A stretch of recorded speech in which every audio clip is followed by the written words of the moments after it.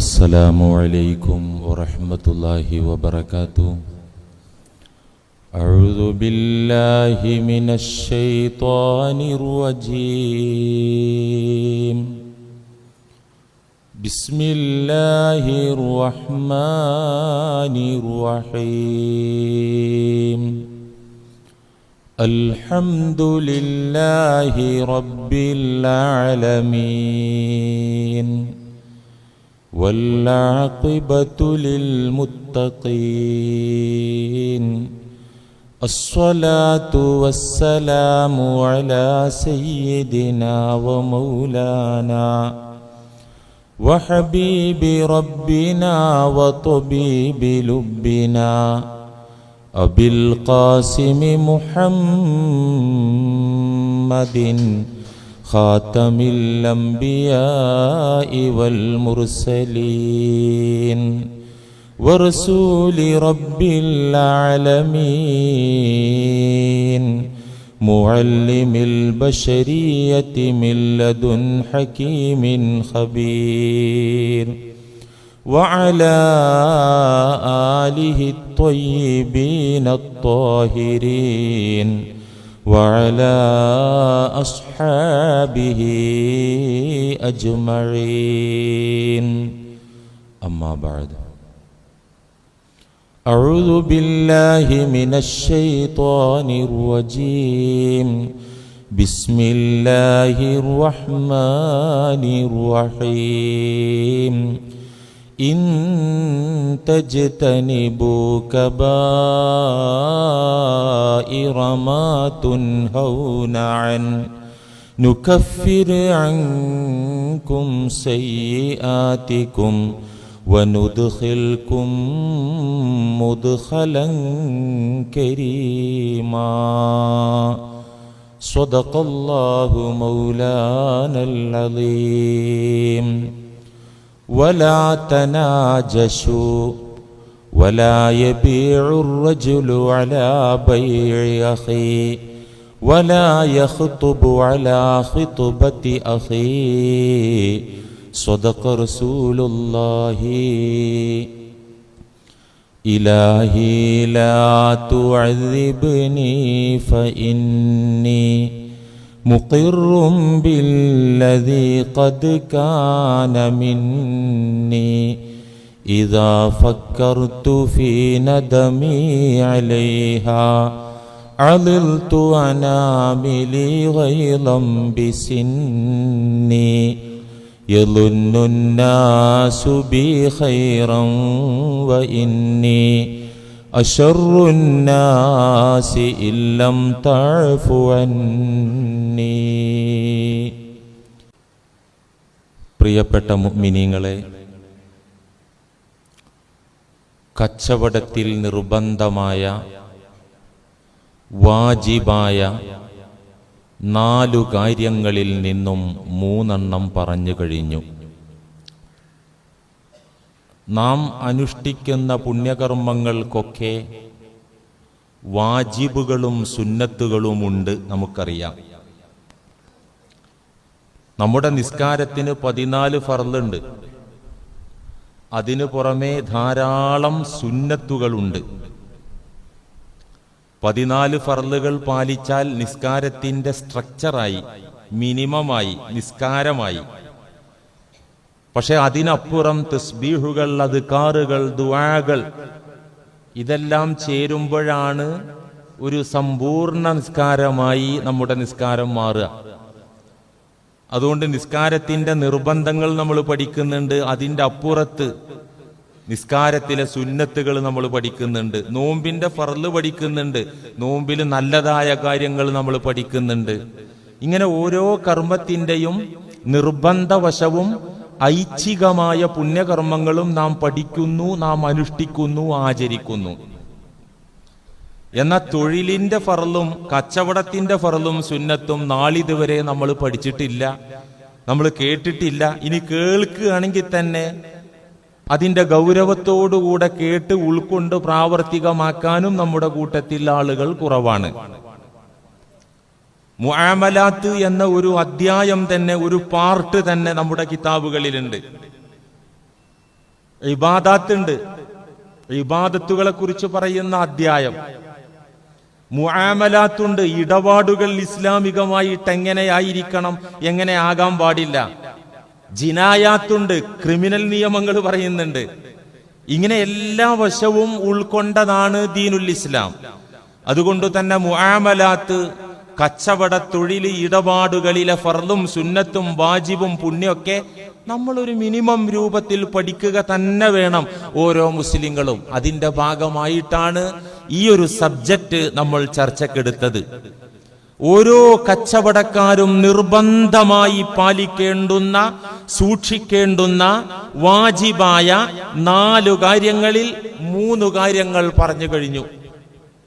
മൂന്നാമത്തെ കാര്യം അവസാനമായി കഴിഞ്ഞയാഴ്ച നാം പറഞ്ഞു നിർത്തിയത് അളവിലും തൂക്കത്തിലും ഉണ്ടായിരിക്കേണ്ടുന്ന സത്യസന്ധത. അളന്നു കൊടുക്കുമ്പോ അത് ലിക്വിഡ് ദ്രവവസ്തുവിലുള്ള സാധനം അളന്നു കൊടുക്കുകയാണെങ്കിലും ഭൂമി അളന്നു കൊടുക്കുകയാണെങ്കിലും ആ അളവിൽ നീതി വേണം. ഏതൊരു ചരക്ക് തൂക്കുകയാണെങ്കിലും ആ തൂക്കത്തിൽ നീതി വേണം. ഈ രംഗത്താരെങ്കിലും അനീതി കാണിച്ചാൽ ഒരു ചെറിയ കുറ്റമായിട്ടല്ല ഇസ്ലാം അതിനെ കാണുന്നത്. നമ്മൾ പ്രമാണങ്ങൾ വെച്ച് തന്നെ പറഞ്ഞല്ലോ, ഈമാനും സ്വർഗവും നഷ്ടപ്പെടാൻ മാത്രം കനത്ത അപരാധമായി അത് മാറും. അള്ളാഹുവിൽ നിന്നുള്ള വൈല്, കനത്ത നാശവും വൈലെന്ന നരകത്തിലെ ചെരുവും കിട്ടും എന്നൊക്കെ ഖുർആനും സ്വഹീഹായ ഹദീസുകളും ഉദ്ധരിച്ചു പറഞ്ഞു. ഇക്കാരണത്താലാണ് നബി സല്ലല്ലാഹു അലൈഹി വസല്ലമ തങ്ങൾ കടകളിൽ തൂക്കാൻ നിൽക്കുന്ന തൊഴിലാളികളോട് പറഞ്ഞത്. കടകളിൽ ചരക്കുകൾ തൂക്കിക്കൊടുക്കുന്ന തൊഴിലാളികളോട് മുത്തു റസൂൽ പറഞ്ഞ ഒരു വാക്ക് ഹദീസ് കിതാബുകളിൽ കാണാം. യാ വസ്സാനു സിൻ വഅർജിഹ്. എടാ തൂക്കുകാരാ, ചരക്ക് തൂക്കുന്നവനെ, സിൻ, നീ തൂക്കുക. എങ്ങനെ തൂക്കുക? കുറച്ച് തൂക്കാൻ പാടില്ല, അത് ദുൽമാണ്, അത് അക്രമമാണ്. സമമായി ബറാബർ ത്രാസിന്റെ സൂചി കറക്റ്റില് 1 kg എന്ന് പറഞ്ഞാല് 1000 ഗ്രാം കറക്റ്റായിട്ട് അവിടെ നിൽക്കുക, അതും പറ്റില്ല. നീ തൂക്കുക, സമമായിട്ടല്ല, കുറച്ചിട്ടല്ല. ഒരു ശകലം മുൻതൂക്കം. അങ്ങനെ ഒത്തിരി മുൻതൂക്കം പോയാല് കീശ ചോരൂലെന്ന് ഒരു ചോർച്ചയും വരൂല, അവിടെ ബർക്കത്തുണ്ടാവും. യാ വസ്സാനു, തൂക്കുന്ന തൊഴിലാളി, സിൻ, നീ തൂക്കിക്കടാ. എങ്ങനെ തൂക്കിക്കോ? വഅർജിഹ്, ശകലം മുൻതൂക്കമിട്ട് തൂക്കിക്കടാ. മുത്തു മുഹമ്മദ് മുസ്തഫ സല്ലല്ലാഹു അലൈഹി വസല്ലം. കാരണം അവിടെയൊക്കെ സമത്തിലാക്കിയിട്ട് ഒരു ഇച്ചിരി, ഒരു അണുത്തൂക്കം കുറവ് വന്നാല് അതുകൊണ്ടുണ്ടാകുന്ന നഷ്ടം വലുതാണ്. അതുകൊണ്ട് വഅർജിഹ് എന്ന് റസൂലുള്ളാഹി സ്വല്ലല്ലാഹി അലൈഹി വസല്ലം പറഞ്ഞത് സ്വഹീഹായ ഹദീസുകളിൽ വിവിധ കിതാബുകളിൽ കൃത്യമായിട്ട് കാണാം. ഇനി നമുക്ക് 4ാമത്തെ കാര്യം, കച്ചവടത്തിൽ പാലിക്കാനുള്ള വാജിബായ 4ാമത്തെ കാര്യം, അവസാനത്തെ കാര്യം. ഇതോടുകൂടെ നിർബന്ധ കാര്യങ്ങൾ കഴിയാണ്. എന്താ 4ാമത്തെ കാര്യം? മാർക്കറ്റ് വിലയിൽ സത്യം പറയുക. ഏത് ചരക്കാകട്ടെ, വണ്ടി ആകട്ടെ, ഭൂമിയാകട്ടെ, പലചരക്കാകട്ടെ, അതിനൊക്കെ ഒരു നാട്ടിലൊരു മാർക്കറ്റ് വില ഉണ്ടാവും. എന്നും ഒരു വില ആവൂല. കമ്പോളത്തിൽ അതിനൊക്കെ ഒരു മാർക്കറ്റ് വില ഉണ്ടാവും. ഇപ്പൊ വണ്ടിയാണെങ്കിൽ ഇന്ന മോഡല്, തട്ടിമുട്ടൊന്നും ഇല്ലാത്ത മോഡല് എന്ന് പറഞ്ഞാൽ ഒരു മാർക്കറ്റ് വില ഉണ്ടാവുമല്ലോ, അല്ലേ? പഞ്ചസാരക്കൊരു മാർക്കറ്റ് വില ഉണ്ട്, അരിക്കൊരു മാർക്കറ്റ് വില ഉണ്ട്, ഭൂമിക്ക് ഓരോ പ്രദേശത്തിനും യോജിച്ചൊരു മാർക്കറ്റ് വിലയുണ്ട്. ആ മാർക്കറ്റ് വിലയിൽ കച്ചവടം ചെയ്യുന്ന വ്യക്തി കസ്റ്റമേഴ്സിനോട് സത്യം പറയുക. ഇവിടെ പൊട്ടി, ഏറെക്കുറെ കച്ചവടക്കാരൊക്കെ ഈ നിബന്ധന പാലിക്കുന്നിടത്ത് പൊട്ടി. സാധനം എടുക്കാൻ, പർച്ചേസ് ചെയ്യാൻ പോകുന്നിടത്ത്, മേടിക്കാൻ പോകുന്നിടത്ത് പരമാവധി വില ഇടിച്ചു താഴ്ത്താൻ വേണ്ടി മാർക്കറ്റ് വില ഇല്ലെന്ന് പറയും. റീസെയിൽ വാല്യൂ ഇല്ല. കച്ചവടം ഒരു ഇടപാട് ഇപ്പൊ നടക്കുന്നില്ല. മഴ കണ്ടില്ലേ, മഴ. എന്നാ അപ്പം മേടിക്കാൻ വന്ന കച്ചവടക്കാരോട് എന്നാ വീട്ടിൽ പൊക്കോ, ഇങ്ങനെയൊക്കെ എന്തിനാ നീ അടങ്ങാറാണ്? എന്റെ മുതലവിടെ പോർച്ച് കിടന്നോട്ടെ, അല്ലെങ്കിൽ എന്റെ ഭൂമി അവിടെ കിടന്നോട്ടെ, ചീഞ്ഞു പുഴുത്തു പോകുന്നില്ലല്ലോ, നീ പൊക്കോടോ എന്ന് പറഞ്ഞാൽ മതി. അത് ലക്ഷ്യം എന്താ അറിയോ? വില കെട്ടി ഇടിച്ചു താഴ്ത്താൻ വേണ്ടി. ഒരിടപാടും നടക്കുന്നില്ല, എല്ലാ രംഗവും ഷോർട്ടാണ്. ശോകമൂകമാണ്, സ്തംഭനാവസ്ഥയാണ്. പിന്നെ ഈ സാധനം ഇവിടുത്തെ ഭൂമിയോ ഇവിടെ ഒന്നും ആരിപ്പോ മേടിക്കൂല. പിന്നെ നമ്മളൊരു ഇടപാട് എന്നുള്ള ആൾക്ക് ഇങ്ങനെ മാർക്കറ്റ് വില ഇടിച്ചു താഴ്ത്തുന്ന ഇടപാട് പർച്ചേസ് ചെയ്യുന്നിടത്ത് വിൽക്കുമ്പോഴോ അങ്ങനത്തെ ഒരു തങ്കക്കട്ട പിന്നെ ഉണ്ടാവില്ല. വിൽക്കുന്നിടത്ത് എല്ലാ ഗുണഗണങ്ങളും ഒരുമിച്ച് ഇപ്പൊ എന്താ മാർക്കറ്റ്, എന്നാ ഇതിന് റീസെയിൽ വാല്യൂ എന്നറിയാമോ എന്നൊക്കെ പറഞ്ഞിട്ട് ഇത് ശരിയല്ല. ഉള്ളത് പോലെ പറയാ, മോശമാണെങ്കിൽ മോശം പറയാ, മാർക്കറ്റ് ഇടിവാണെങ്കിൽ അത് പറയാ. മാർക്കറ്റ് വില അതിൽ കളവ് പറയാൻ പാടില്ല. നാട്ടു നടപ്പ് വില അതിൽ കൃത്രിമം പറയാൻ പാടില്ല, കളവ് പറയാൻ പാടില്ല.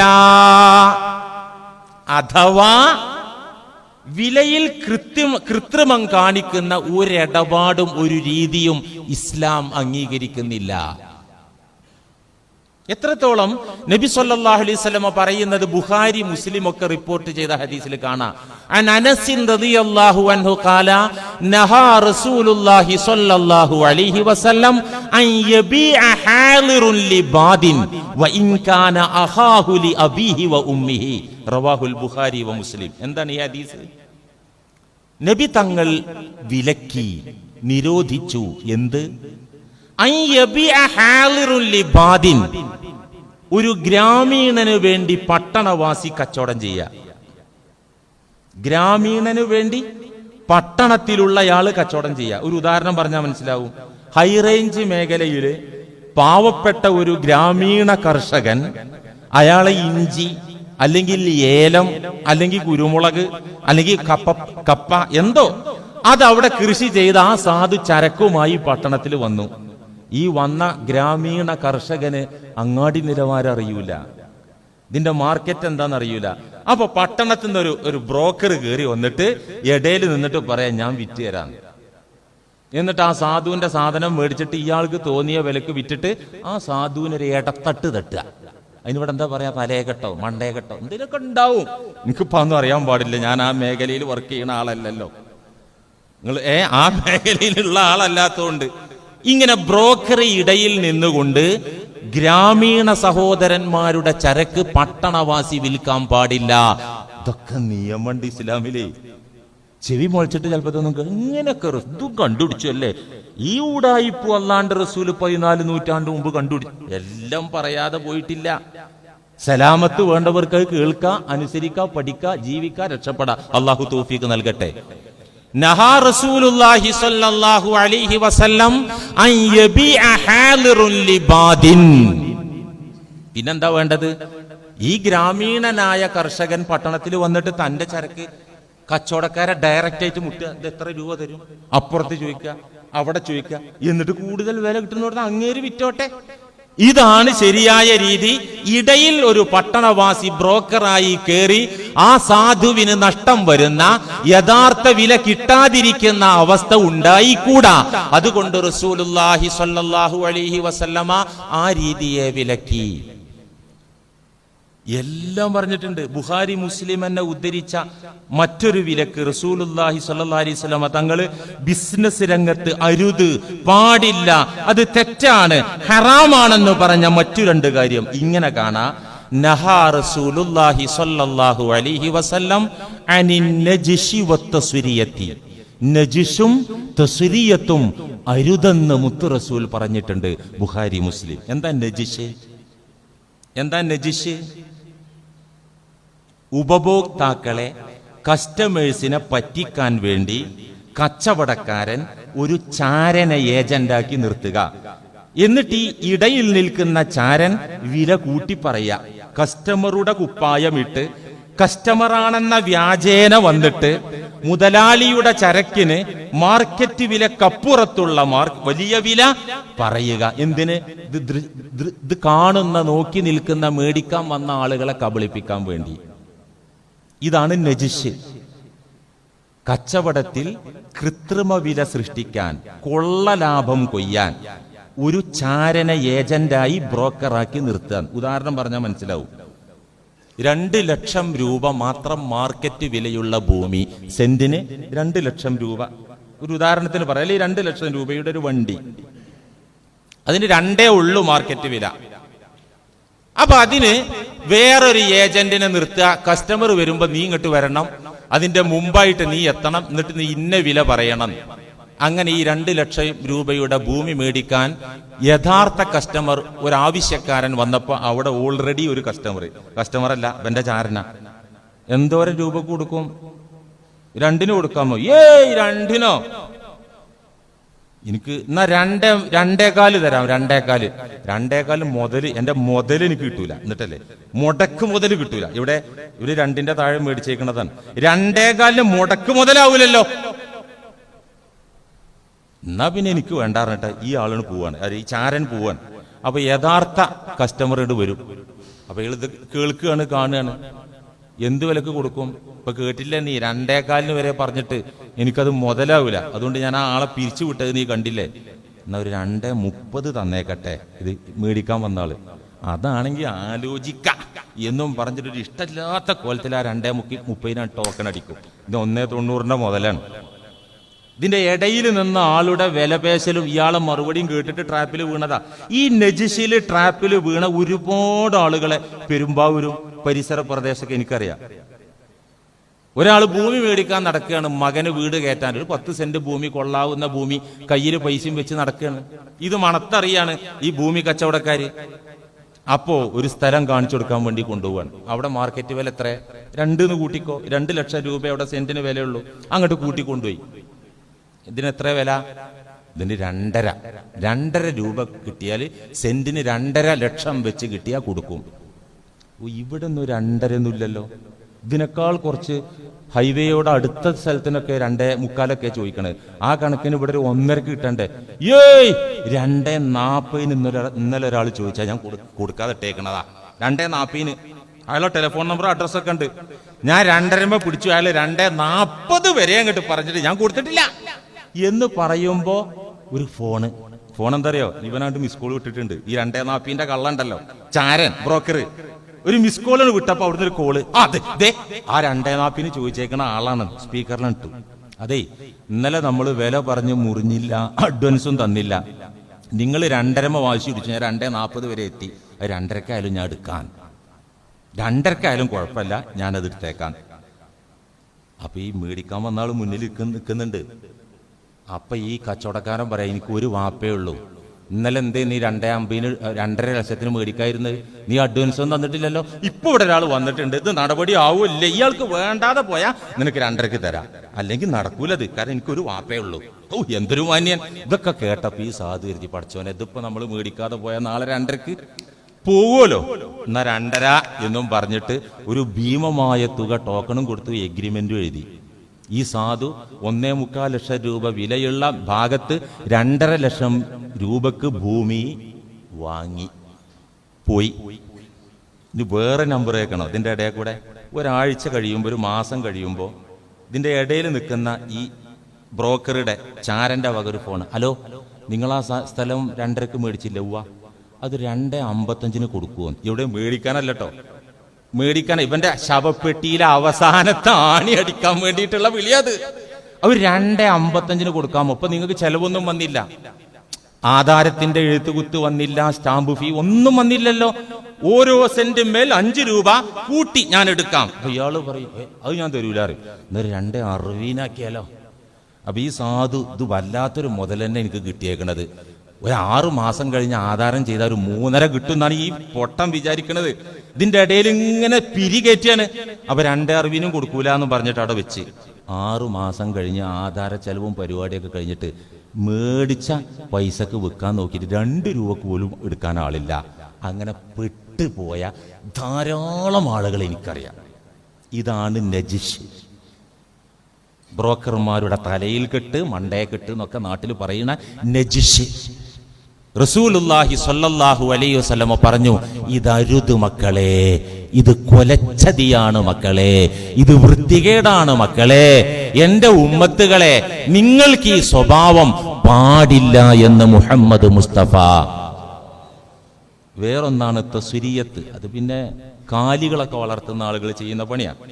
കറവയുള്ള 4 കാലി, പശു, ആട്, ഒട്ടകം, എരുമ. കറവയുള്ള കാലിയെ പാല് കറന്നെടുക്കാതെ കുറെ നാള് നിർത്തുക. അപ്പൊ അകിട്ട് നന്നായിട്ട് വീർത്ത് പാല് വന്ന് മുട്ടും. കച്ചവടം ചെയ്യാൻ ഉദ്ദേശിക്കുന്ന ആ ഏതാനും ദിവസങ്ങൾ പാല് കറന്നെടുക്കാതെ അതിനങ്ങനെ നിർത്തുക. എന്തിന്? കസ്റ്റമർ പശുവിനെ മേടിക്കാൻ വരുമ്പോ പറയും 10 ലിറ്റർ പാൽ ഗ്യാരണ്ടി, കറന്നെടുത്ത് തന്നെ കാണിച്ചു തരും. അതിനുള്ള വില ഞാൻ ചോദിക്കണുള്ളൂ എന്ന് പറയും. എന്നാ ഒന്ന് കറന്നെടുത്ത് കാണിക്ക്. നോക്കുമ്പോ 12 ലിറ്ററാണ് കിട്ടിയത്. ഇയാൾ 10 പറഞ്ഞിട്ട്, കാരണം ഒരാഴ്ചയായിട്ട് ഇതിനെ കറന്നിട്ടില്ല, പാലെടുത്തിട്ടില്ല. 12ഓ 13ഓ അങ്ങോട്ട് കിട്ടി. വലിയൊരു വിലയും കൊടുത്ത് പശുവിനെ കൊണ്ടുപോയി. പിറ്റേ ദിവസം കറന്നു നോക്കുമ്പോ അല്ല 5 ലിറ്റർ, 5 കിട്ടുള്ളതിന്, അല്ലെങ്കിൽ 6.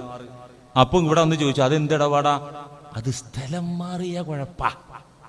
ചില കന്നാലികള് സ്ഥലം മാറിയാൽ പാല് കുറയും. പിണ്ണാക്കിന്റെ കുഴപ്പാ. എന്തൊക്കെ ഉഴുതറായിരിക്കും അവിടെ, അറിയോ? ഒരു പിണ്ണാക്കിലെ കുഴപ്പമല്ല, ഇവൻ പറ്റിച്ചേക്കണതാ. ഇത് പാടില്ല. നഹാ റസൂലുള്ളാഹി സ്വല്ലല്ലാഹു അലൈഹി വസല്ലം അനിൻ നജ്ശി വത്തസ്രിയാ. ഇതൊന്നും മുസ്ലിമിന്റെ സ്വഭാവമല്ല, ഒരു മുഅ്മിനിന് ഒരിക്കലും യോജിച്ച രീതിയല്ല. ഇതുകൊണ്ട് ലാഭം ഉണ്ടാവൂല, ഇതുകൊണ്ട് നാശനഷ്ടങ്ങളെ ഉണ്ടാകൂ. ബറക്കത്ത് എടുത്തു ഉയർത്തപ്പെടും. അള്ളാഹു കാത്തുരക്ഷിക്കട്ടെ. വേറെ ഇപ്പൊ ഈ 4ാമത്തെ ഫർളിൽ പെട്ട എന്തൊക്കെ വേറെ നബി തങ്ങൾ വിലക്കിയത് കാണാം. വലാ തനാജശു, നിങ്ങൾ മണ്ടേക്കെട്ട് ഏർപ്പാട് ചെയ്യരുത്, നജിഷ് ചെയ്യരുത്.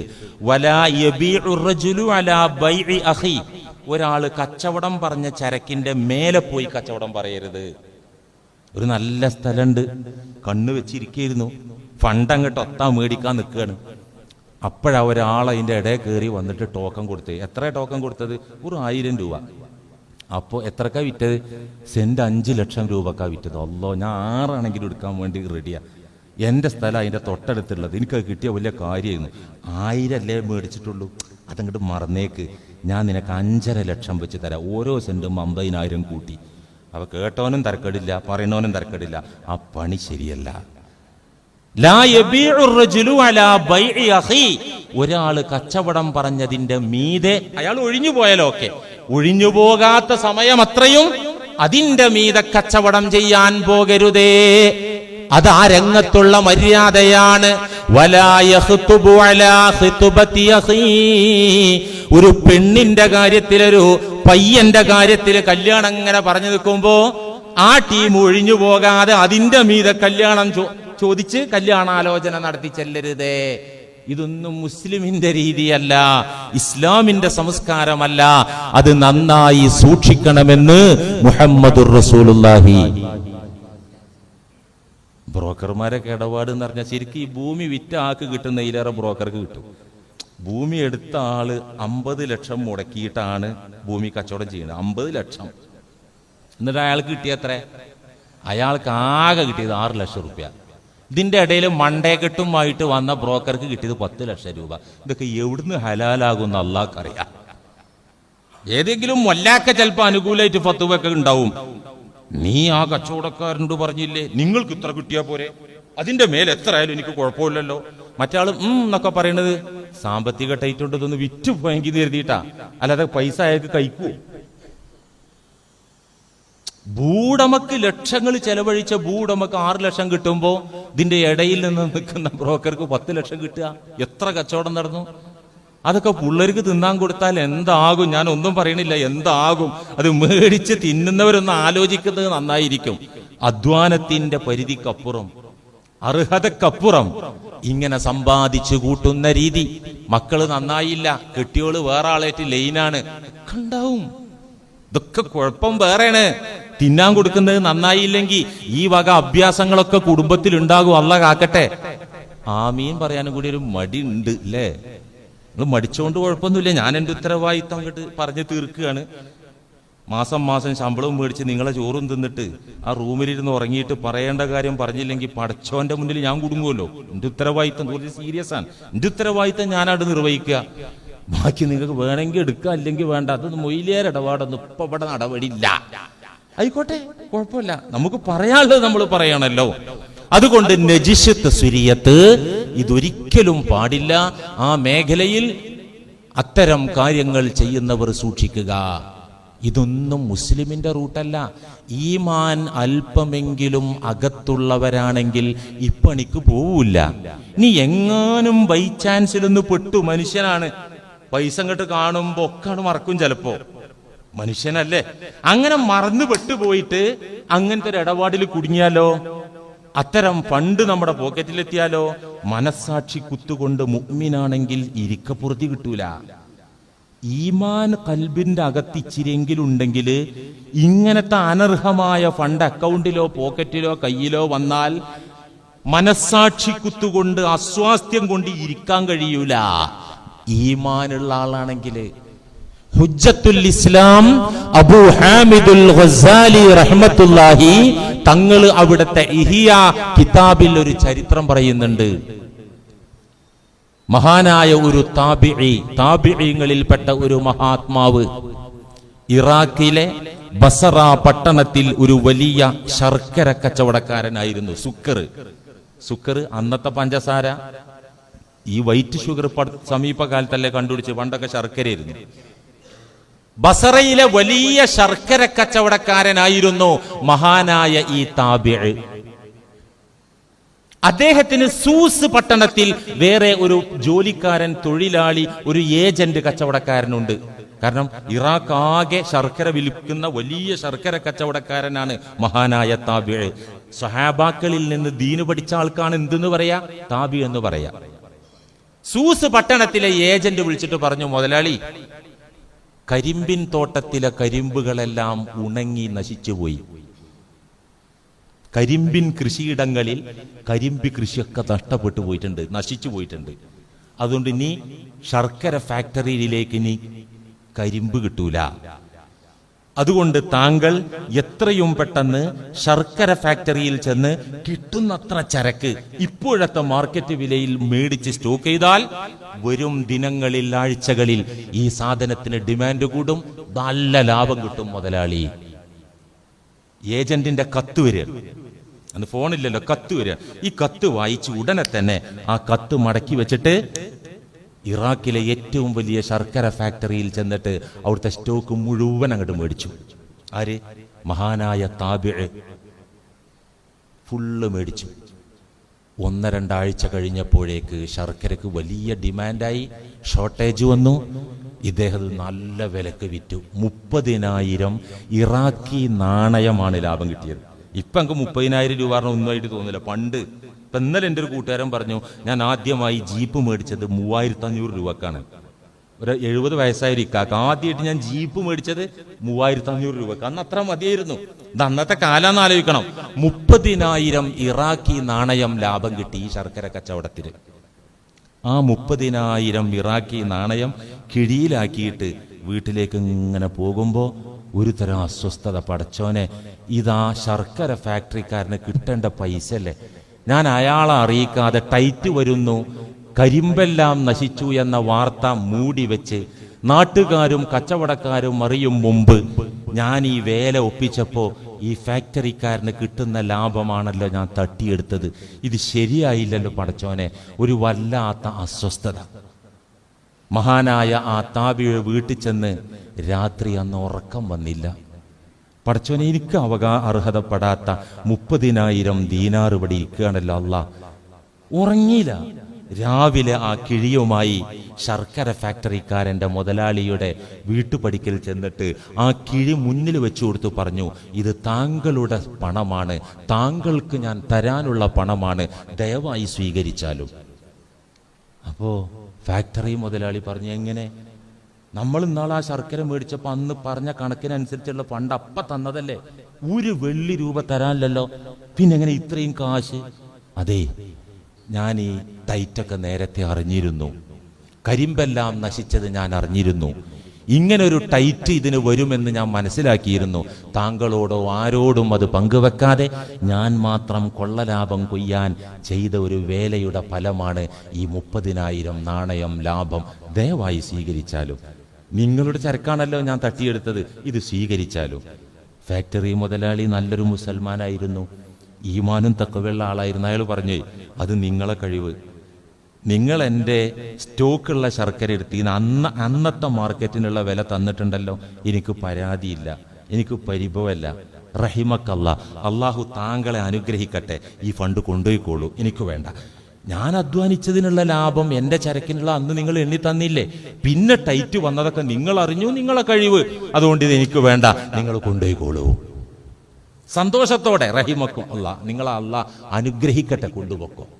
ആ പണക്കിഴി താബി വീട്ടിലേക്ക് പോയിട്ട് ഇരിക്കാൻ പറ്റണില്ല. ഉള്ളിൽ നിന്നൊരു വാഴല്, ഒരു പ്രഭാഷകൻ വന്നിട്ട് പ്രസംഗിക്കുക, നീ കൊടുഞ്ചതിയനാണടാ, മറ്റുള്ളവരുടെ അവകാശം ധ്വംസിച്ചവനാണടാ, മറ്റുള്ളവന്റെ ലാഭത്തിൽ കൈകടത്തിയവനാണടാ. ഉള്ളിൽ നിന്നൊരു പ്രഭാഷകൻ. റസൂലുള്ളാഹി സ്വല്ലല്ലാഹി അലൈഹി വസല്ലം പറഞ്ഞു, ഇദാ അറാദല്ലാഹു ബിഅബ്ദിൻ ഖൈറ, ഒരു മനുഷ്യനിൽ അല്ലാഹു ഗുണമുദ്ദേശിച്ചാൽ ജഅല ലഹു വാഇളം മിൻ ഖൽബിഹി, ആ മനുഷ്യന്റെ നെഞ്ചകത്തൊരു പ്രഭാഷകനെ അല്ലാഹു നിയമിക്കും. അല്ലാഹു ഒരു പ്രഭാഷകനെ ആ മനുഷ്യന്റെ ഹൃദയത്തിൽ നിയോഗിക്കും. ആരാണ് ആ പ്രഭാഷകൻ? മലക്ക്. ഇതിനാണ് ഈ മനസ്സാക്ഷി കുത്ത് പറഞ്ഞ സാധനം. മലക്കിൽ നിന്ന് വരുന്നതാണത്. ഒരു മാലാകയെ നല്ല മനുഷ്യന്മാരുടെ ഹൃദയത്തിൽ അള്ളാഹു പ്രസംഗിക്കാൻ വെക്കും. പുറത്തത്തെ വഴല് കേൾക്കണ്ട, ഉള്ളിൽ നിന്ന് പ്രസംഗിച്ചു കൊണ്ടിരിക്കും. അള്ളാഹു നമുക്ക് നൽകട്ടെ. ഈ പ്രഭാഷകൻ വന്ന് ഈ താബീനോട് പ്രസംഗം തുടങ്ങി, എങ്ങനെ നിനക്ക് ഈ 30,000 അനുവദനീയാകുക? അയാൾ തന്നാൽ എങ്ങനെ നീ മേടിക്കുക? ഒരു നിലക്കും നിനക്ക് അർഹതയില്ല. ഇരിക്കപ്പുറത്തിയില്ല. വീണ്ടും ചെന്നിട്ട് പറഞ്ഞു, ദയവായി ഇത് സ്വീകരിക്കണം, എന്നെ സലാമത്താക്കണം, എനിക്കൊരു മനസ്സമാധാനം കിട്ടാൻ വേണ്ടി നിങ്ങൾ ഇത് സ്വീകരിക്കണം എന്ന് പറഞ്ഞ് കെഞ്ചി പറഞ്ഞ് തിരിച്ചേൽപ്പിക്കുകയാണ്. ഇതാണ് സ്വഹാബത്ത്, ഇതാണ് താബിഉകൾ, ഇതാണ് നമ്മുടെ പൂർവീകർ. അനർഹമായ 10 പൈസ, 1 രൂപ കയ്യിൽ വെച്ചാൽ ഉറക്കം വരാത്തവർ, മനസ്സാക്ഷി കുത്തുവരുന്നവർ, വല്ലാത്ത പ്രയാസം അനുഭവപ്പെടുന്നവർ, അതവരിലെ ഈമാനിന്റെ ലക്ഷണമാണ്. നമുക്കൊരു അസ്വസ്ഥയും തോന്നുന്നില്ലേ? ഈമാനില്ല. അള്ളാഹു കാത്തിരക്ഷിക്കട്ടെ. അതുകൊണ്ട് ഖുർആനിലേക്ക് തന്നെ മടങ്ങാം. ഇൻ തജ്തനിബു കബായിറ മാ തുൻഹൗന അൻ നുകഫിർ അൻകും സയ്യിആതികും വനുദ്ഖിൽകും മുദ്ഖലൻ കരീമ. സൂറത്തുൻ നിസാ 31. കച്ചവടത്തിന്റെ, തൊഴിലിന്റെ, സാമ്പത്തിക ഇടപാടിന്റെ കാര്യം പറഞ്ഞ് അള്ളാഹു അതിലെ നിയമം പറഞ്ഞ്, അതിലുള്ള നേരുന്നെറിയും പറഞ്ഞ്, അതിലുള്ള നീതി പറഞ്ഞ്, ആ വിഷയം അവസാനിപ്പിക്കുന്ന ഭാഗത്ത് അള്ളാഹു പറഞ്ഞു നിർത്തുന്നത് ഇങ്ങനെയാണ്, ഇൻ തജ്തനിബു കബായിറ മാ തുൻഹൗന അൻ. സാമ്പത്തിക ഇടപാടുകളിൽ അരുതെന്ന് പറഞ്ഞ ഈ 4 കാര്യങ്ങൾ. 4 കാര്യങ്ങളല്ലേ പറഞ്ഞ? 1, ചരക്കിനില്ലാത്ത ഗുണം പറയരുത്, നുണ പറയരുത്. 2, ചരക്കിനുള്ള ന്യൂനത, അറിയാവുന്ന ന്യൂനത മറച്ചു വെക്കരുത്. 3, അളവ് തൂക്കത്തിൽ നീതി പാലിക്കണം. 4, മാർക്കറ്റ് വിലയിൽ സത്യം പറയണം. ഇവിടെ വിലക്കപ്പെട്ട കാര്യങ്ങൾ നിങ്ങൾ വർജിച്ചാൽ, ഇൻ തജ്തനിബു കബായിറ മാ തുൻഹൗന അൻഹു, നിങ്ങളോട് അരുതെന്ന് പറഞ്ഞ കാര്യങ്ങളിൽ നിന്ന് നിങ്ങൾ മാറി നിന്നാൽ, നുകഫിർ അൻകും സയ്യിആതികും, നിങ്ങളുടെ തെറ്റുകൾ, മറ്റ് തെറ്റുകൾ നാം പൊറുക്കും. ഈ രംഗത്ത് നിങ്ങൾ സത്യസന്ധരായാൽ നിങ്ങളുടെ മറ്റു തെറ്റുകുറ്റങ്ങൾ നാം മായിച്ചു കളയും. തീർന്നില്ല, വനുദ്ഖിൽകും മുദ്ഖലൻ കരീമ, ആദരവിന്റെ ഗേഹത്തില്, ആദരവിന്റെ പറുദീസയിൽ, ബഹുമാനത്തിന്റെ ഭവനത്തിൽ, സ്വർഗത്തിൽ നിങ്ങളെ നാം പ്രവേശിപ്പിക്കുക തന്നെ ചെയ്യുമെന്ന് അള്ളാഹു പറഞ്ഞ ഓഫർ നമ്മൾ അവഗണിക്കരുത്. കൂടുതൽ ആളുകൾ നരകത്തിലേക്ക് വഴുതി വീണത് എന്തുകൊണ്ടാണെന്നറിയോ? സാമ്പത്തിക രംഗത്തുള്ള ചതി കൊണ്ട്. അതുകൊണ്ട് സൂക്ഷിക്കുക. അള്ളാഹു ഈ പറഞ്ഞ 4 കാര്യങ്ങളും പാലിക്കാൻ നമ്മയൊക്കെ സഹായിക്കട്ടെ. ഇനി കച്ചവടത്തിലെ സുന്നത്താണ് അടുത്ത ആഴ്ച പറയാനുള്ളത്. അത് വേണോ ഉസ്താദെ? അല്ല, നല്ലതാണ്. അത് പഠിച്ച് കച്ചവടം ചെയ്താൽ, കച്ചവടത്തിലെ സുന്നത്തും കൂടി പാലിച്ചാൽ അതിൻ്റെ ബർക്കത്ത് ഉണ്ടാകും ഇൻഷാ അല്ലാഹ്. ഇഷ്ടമുള്ളവർക്ക് കേൾക്കാം, അല്ലാത്തവർക്ക് ഉറങ്ങാം, അല്ലെങ്കിൽ വേറൊരു പള്ളി, ഏതെങ്കിലും പരിസരത്തൊക്കെ പള്ളി ഉണ്ടല്ലോ, അങ്ങോട്ടൊക്കെ പോകാം. പക്ഷെ താല്പര്യമുള്ളവരുണ്ട് എന്ന് മനസ്സിലാക്കിയിട്ട് അടുത്ത ആഴ്ച നമുക്ക് കച്ചവടത്തിലെ ഇഹ്സാൻ, കച്ചവടത്തിലെ പുണ്യം നമുക്ക് ചർച്ച ചെയ്യാം. അള്ളാഹു തൗഫീഖ് നൽകട്ടെ.